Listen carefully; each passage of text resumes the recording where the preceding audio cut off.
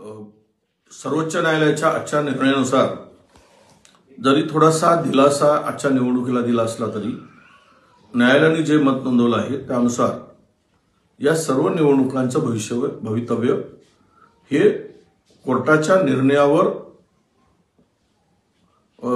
आधारित राहील।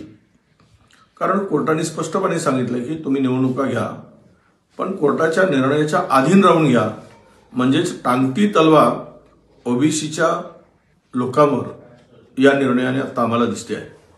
हे सरकार ओबीसी म्हणून आरक्षण 27% दिलं म्हणून पाठ थोपटत होतं, आज मात्र टांगती तलवार या आमच्या सगळ्या ओबीसीच्या जागावर आणि ओबीसी बांधवावर ठेवलेली आहे। जिल्हा परिषदा पंचायत समितीच्या निवडणुका सुद्धा महानगरपालिकेच्या निवडणुका प्रोसेस सुरू करायला सांगितली, पण ते सांगताना 50%च आरक्षण त्याच ठिकाणी सुरू करा अशा प्रकारचं मत नोंदवलं।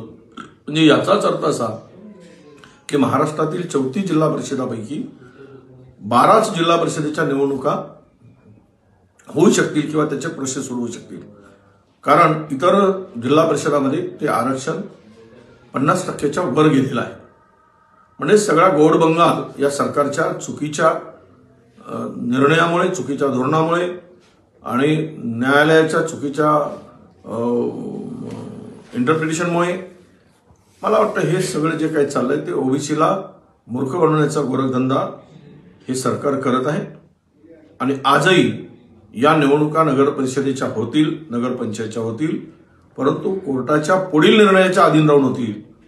असं जर कोर्टाचं मत असेल तर टांगती तलवारच आमच्या ओबीसी बांधवांच्या जागेवर आहे, हा त्याचा स्पष्ट अर्थ होतोय।